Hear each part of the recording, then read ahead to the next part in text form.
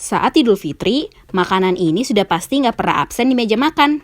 Yap, Lebaran memang sangat identik dengan ketupat. Kurang lengkap rasanya kalau Lebaran tanpa kehadiran ketupat.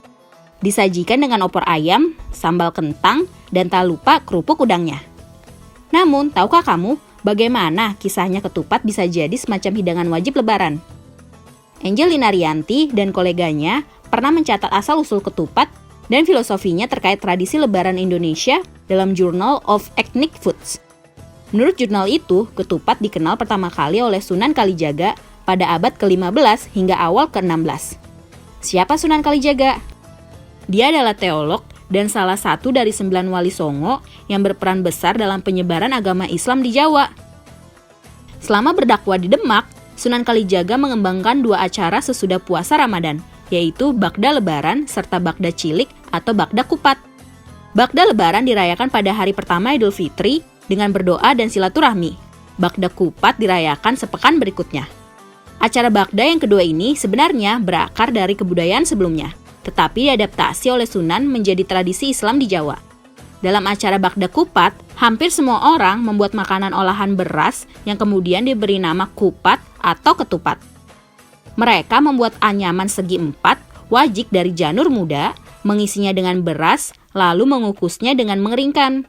Makanan ini dibagikan pada kerabat dekat sebagai simbol kebersamaan dan saling berbagi. Seiring berjalannya waktu, ketupat nggak cuma jadi tradisi masyarakat Jawa, tapi menyebar ke negeri tetangga seperti Singapura, Malaysia, dan Brunei. Hal ini beriringan dengan penyebaran agama Islam yang makin luas dan membawa salah satu tradisi budaya khas Indonesia, yaitu menyajikan ketupat di Hari Raya Idul Fitri. Sebelum kita lanjut videonya, jangan lupa klik tombol subscribe dan tombol loncengnya ya. Filosofi ketupat. Secara filosofis, ketupat adalah simbol permintaan maaf dan berkah, yang mana dekat dengan makna Lebaran itu sendiri. Beras dalam ketupat melambangkan nafsu. Salah satu versi sejarah yang meyakini bahwa janur merupakan singkatan dari Jatining Nur, ungkapan bahasa Jawa yang berarti hati nurani. Dengan kata lain, ketupat merupakan perlambangan nafsu dan hati nurani. Manusia diharapkan mampu menahan nafsu dunia dengan hati nurani mereka. Sementara itu, dalam bahasa Sunda, ketupat kerap disebut kupat. Orang Sunda percaya ketupat mengingatkan manusia untuk enggak mengumpat atau berbicara hal buruk pada orang lain. Dalam bahasa Jawa, ketupat juga jadi semacam frasa yang merujuk ke ungkapan ngaku lebat atau mengaku salah. Ada pesan tersirat yang menganjurkan manusia untuk meminta maaf saat melakukan kesalahan. Perilaku ini sudah jadi kebiasaan atau tradisi pada Syawal atau Idul Fitri pertama. Dan akhir bulan puasa ditandai dengan makan ketupat bersama dengan beberapa lauk. Ketupat digunakan sebagai simbol pengakuan bagi Tuhan dan manusia. Lebaran yang berarti lebar, berarti pintu permintaan maaf telah terbuka lebar. Ketika manusia mengampuni orang lain, mereka menerima banyak berkah. Kata lebaran juga merujuk pada kata lebar dalam bahasa Jawa yang bermakna sesudah selesai.